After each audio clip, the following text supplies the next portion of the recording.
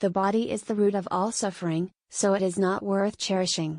However, the body as a vehicle for carrying the bodhi must also be cherished. This phrase is how the ancient masters describe our human body as a body of karmic retribution for the accumulation of sins and evils. How precious is it to live in this world for only a few decades? If you want to liberate yourself, you must borrow falsehoods to cultivate the truth. Whether you are mindful of Buddha, practice Dharma, or worship Buddha, you have to make use of this body. When you encounter disasters and hardships, you can recite the Buddha's name and save yourself. If you don't believe me, here is an example. It was the regular double study sermon of the Lotus Society on Sunday at 3 p.m. After we finished the lecture and recited the verse of transference at 5 p.m., suddenly, a new listener stood up and said, "My family lives in Cooperative New Village, and my husband's surname is Long."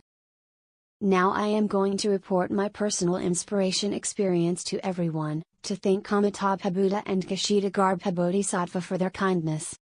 In February 1965, when I was traveling in Taipei, I met a man who carried a load of turtles on the street and asked me if I wanted to buy turtles.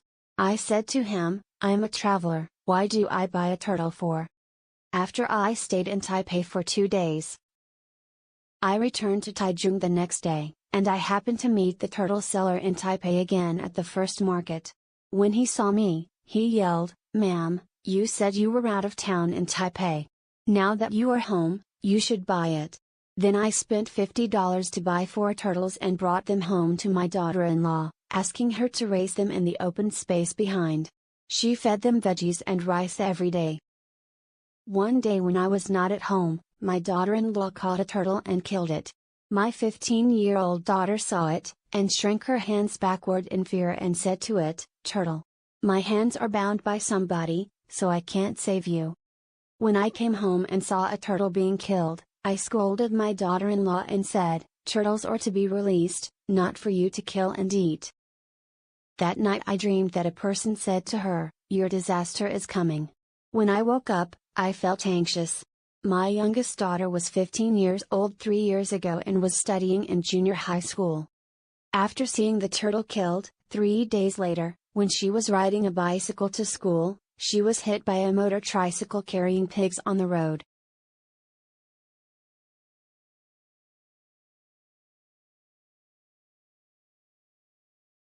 When the driver saw the girl falling on the roadside with her bike, she shouted Amitabha 3 times. A lot of white foam came out of her mouth, blood came out of her ears, and she fell into a coma instantly. Fortunately, the driver immediately picked her up and took a taxi to Chongbin Surgical Hospital. The doctor said, "The skull is already bleeding, so I dare not admit her to the hospital." The driver then sent her to Lee Surgical Hospital. Dr. Lee also said that the injury was serious, her head was broken and bleeding, and she was unconscious. "You should send her to the provincial hospital as soon as possible." The driver then sent her to the surgery department of the provincial hospital. The driver begged the doctor and said, "Someone in this lady's family must believe in Buddhism." When the 2 vehicles collided, she shouted Amitabha 3 times in a row. Then white foam came out of her mouth, and she passed out instantly. Please give her an injection and rescue her as soon as possible. When my daughter was in the hospital for emergency treatment, fortunately, a clerk working at a rice store recognized her. So she ran to my home and told me about the car accident. My husband and I went to the hospital to take care of her immediately.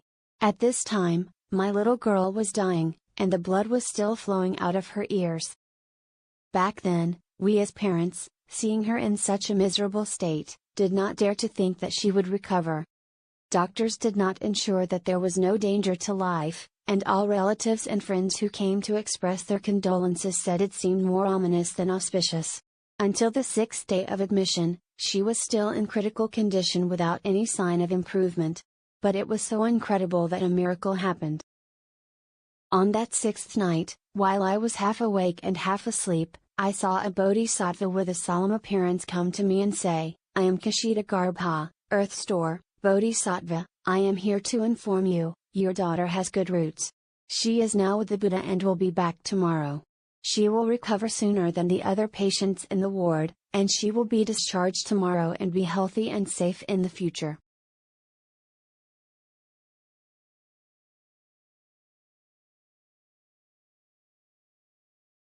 After saying that, he floated away. When I told my husband about this dream, both of us were dubious, as if such a cheap thing could not happen.